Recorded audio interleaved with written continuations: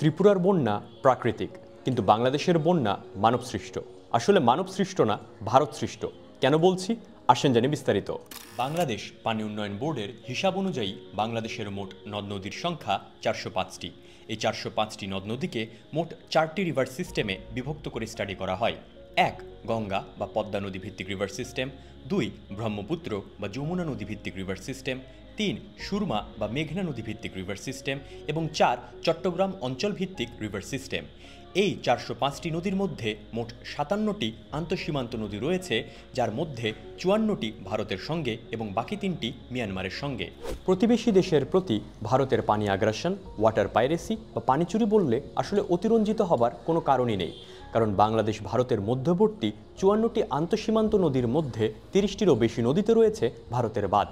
যে সংখ্যাটা আমি ২০০১ সালের রিপোর্ট অনুযায়ী বলছি, বর্তমানে সংখ্যাটা ৪৮ হবার কথা ইনস্টিটিউট অফ ওয়াটার মডেলিং অনুসারে। পদ্মা রিভার সিস্টেম অর্থাৎ গঙ্গা পদ্মা প্রণালীর ৮টি নদীর ৫টিতে ভারতের বাঁধ: আত্রাই লো হাইক ড্যাম, ফারাক্কা ব্যারেজ, ভৈরব কপোতক্ষ, বেতনা কোদালিয়া এবং ইচ্ছামতি ইত্যাদি।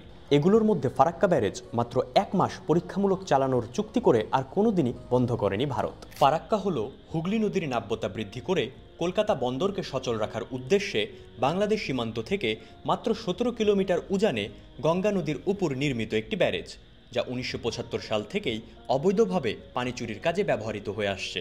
আর এই ব্যারেজের কারণেই ১৯৭৫ সাল থেকে ৪৮ বছর ধরে গঙ্গা পদ্মা রিভার সিস্টেমে কমপক্ষে ৬০% পানি কম এসেছে। জি, ঠিকই শুনেছেন, ৬০% পানি কম এসেছে।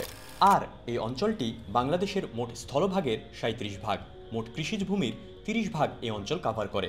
৬০% পানি কম আসায় এই রিভার সিস্টেমের অন্যান্য নদীগুলো শুকিয়ে গেছে বা মরে গেছে, যেমন বড়াল নদী মরে গেছে। ১৯৯৬ সালে ৩০ বছর মেয়াদী গঙ্গা চুক্তি হলেও তাতে কোনো গ্যারেন্টি ক্লজ রাখা হয়নি। চুক্তির এই দুর্বলতার কথা জিজ্ঞেস করলে তৎকালীন পানিমন্ত্রী আব্দুর রাজ্জাক জানান, রাজনীতিক হিসেবে এত সব খুঁটিনাটি কি সে বোঝেন? বিশেষজ্ঞ হিসেবে যারা দর কষাকষি করেছে তারা চুক্তিতে থাকা দুর্বলতার কথা তাকে জানাননি। What the ডিউড? ব্রহ্মপুত্র রিভার সিস্টেমে ১৮টি নদীর ১২টিতেই ভারতের বাঁধ: জিনজিরাম, ব্রহ্মপুত্র, দুধকুমার, তিস্তা, ধরলা, মহানন্দা, করতোয়া, তালমা, পুনর্বা, ঘোড়ামারা, বুড়ি তিস্তা, দেওয়ানাই, যমুনেশ্বর ইত্যাদি।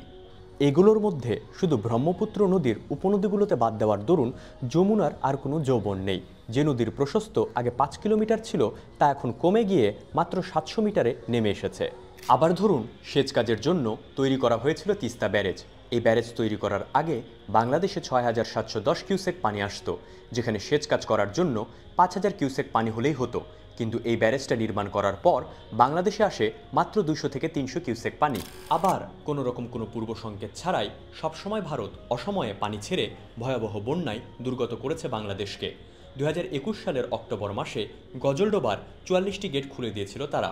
অপ্রত্যাশিত সময়ে পানিবন্দী হয়ে অবর্ণনীয় দুঃখ দুর্দশার শিকার হয়েছে তিস্তা পাড়ের নিরসহায় মানুষগুলো।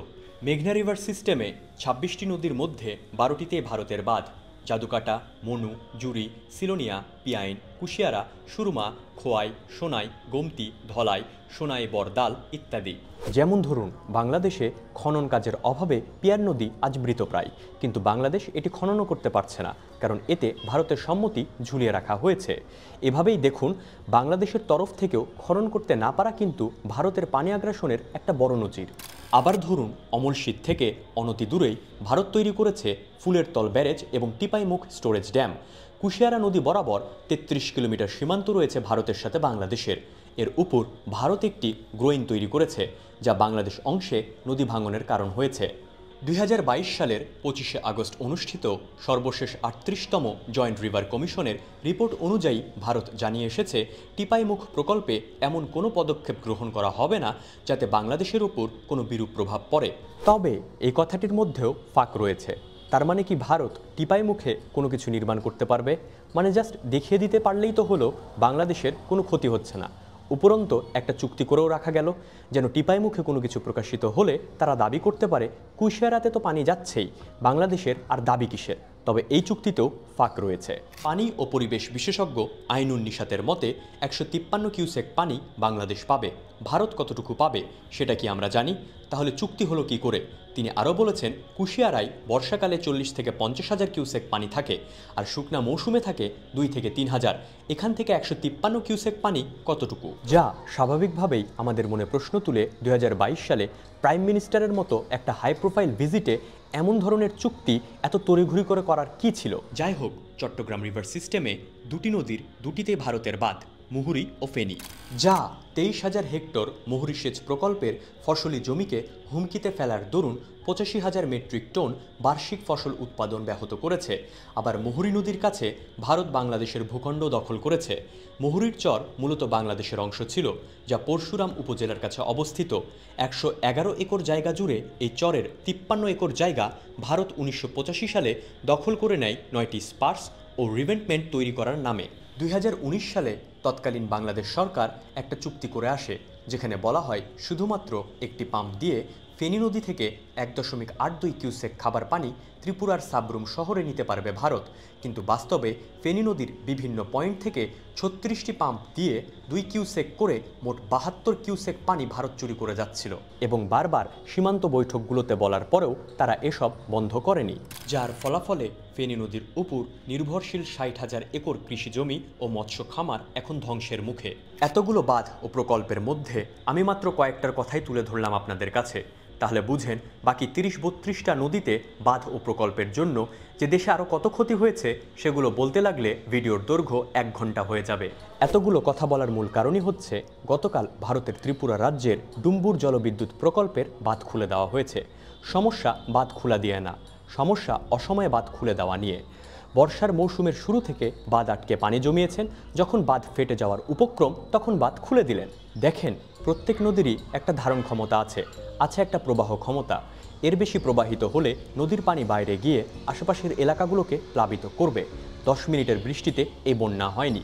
বৃষ্টির শুরুর দিক থেকেই যদি বাঁধের দরজাগুলো খুলে দেওয়া হতো, তাহলে বেশিরভাগ পানি নদী দিয়ে প্রবাহিত হয়ে সাগরে গিয়ে পড়তো, আর এতে করে বাংলাদেশের নদীগুলোকে হত্যা করার দায় আপনাদের উপর পড়তো না, আমাদের নদীগুলোর লবণাক্তের পরিমাণ বেড়ে যেত না, এবং আপনারাও পানি চুরির তকমাটা পেতেন না। ধরে নিলাম অতিরিক্ত বৃষ্টির কারণে আশেপাশের কিছু এলাকা অল্প পানিতে প্লাবিত হতো ঠিকই, কিন্তু এমন ধরনের বিপদ কখনোই আসতো না। এর চেয়েও বেশি বৃষ্টি দেখেছে এদেশের মানুষ, কিন্তু এমন ধরনের বন্যা না দেখার কারণ মূলত ওই একটাই, এই বন্যা যতটা না বেশি প্রাকৃতিক, তার থেকে অনেক বেশি রাজনৈতিক। যার ফলে বাংলাদেশের ভাই ও বোনেরা, ভারতের করা বারবার এমন ধরনের কর্মকাণ্ডগুলোই প্রমাণ করে যে ভারত এখন অবধি বাংলাদেশের জন্য যতটুকু করে বা অতীতে করেছে বলে দাবি করে, তার পুরোটাই ছিল নিজেদের ব্যবসাকে বৃদ্ধি করা এবং নিজেদের জিওপলিটিক্যাল স্বার্থকে সামনে রেখে করা কাজ। এবং আপনারাও প্রিয় দাদাগণ মনে রাখবেন, ধর্মের কল কিন্তু বাতাসে নড়ে। পৃথিবীর কোনো জাদু বলেই ক্ষমতা নাই যে এই পাপকে ঢেকে রাখা যায়।